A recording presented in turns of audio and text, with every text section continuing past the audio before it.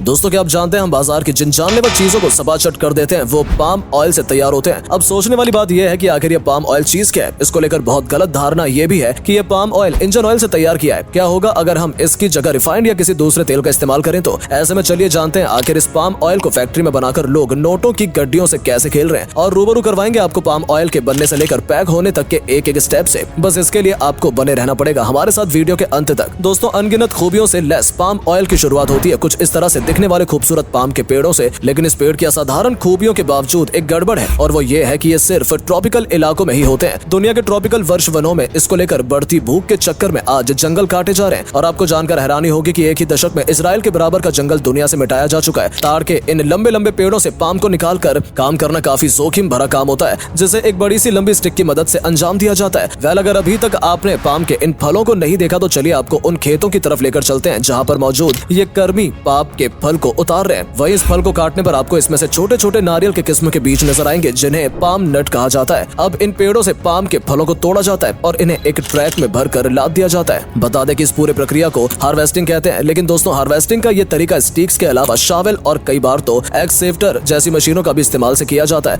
जो इन्हें जमीन से उठाकर ट्रक में भर देती है। आपकी जानकारी के लिए बता दें कि एक ताड़ के पेड़ लगभग 16 से 20 किलो तक पाम का फल पैदा कर सकता है, और एक तंदुरुस्त पाम के पेड़ से हम 25 से 30 साल तक उसके फल के मजे ले सकते हैं। आखिरकार पाम के फलों की कटाई के बाद उन्हें ट्रक में लादकर फैक्ट्री तक लाया जाता है, जहां पर पाम ऑयल के बनाने के सिलसिला शुरू होता है। जी हाँ, सबसे पहले ट्रक फैक्ट्री में पहुंचकर इन्हें कुछ इस तरह से डंप कर देते हैं, और देखते ही देखते पाम के फल का पहाड़ फैक्ट्री के चौखट पर ही दिखाई देने लगता है, जिन्हें एक फ्रंट लोडर की मदद से फैक्ट्री के अंदर दाखिल किया जाता है। फैक्ट्री में पहुंचकर इन फलों के साथ सबसे पहले स्टेरिलाइजेशन प्रोसेस की शुरुआत की जाती है। इस प्रक्रिया में इन्हें बड़े से चैम्बर में भरा जाता है और तकरीबन 140 से 150 डिग्री सेल्सियस के तापमान पर इन्हें ताबड़तोड़ स्टेरिलाइज किया जाता है। अब आप सोच रहे होंगे कि भला ये स्टेरिलाइज कौन सी नई बला है, तो आपको बता दें कि दोस्तों इन फलों को स्टेरिलाइज करने से इनके अंदर मौजूद हार्मफुल बैक्टीरिया और एंजाइम वहीं पर घुट घुट कर मर जाते हैं और पाम के इन फलों की शुद्धिकरण हो जाती है। लेकिन फलों के लिए मुसीबत अभी भी कम नहीं होती। इन्हें इसके बाद डिसइंफेक्शन प्रक्रिया से गुजारा जाता है और इतना उबाला जाता है कि इसमें मौजूद माइक्रो ऑर्गेनाइज्म को अलग कर दिया जाता है। अब बाकी बचे हुए पाम के फलों को दूसरे काउंटर की तरफ शिफ्ट कर दिया जाता है, जो कुछ और नहीं बल्कि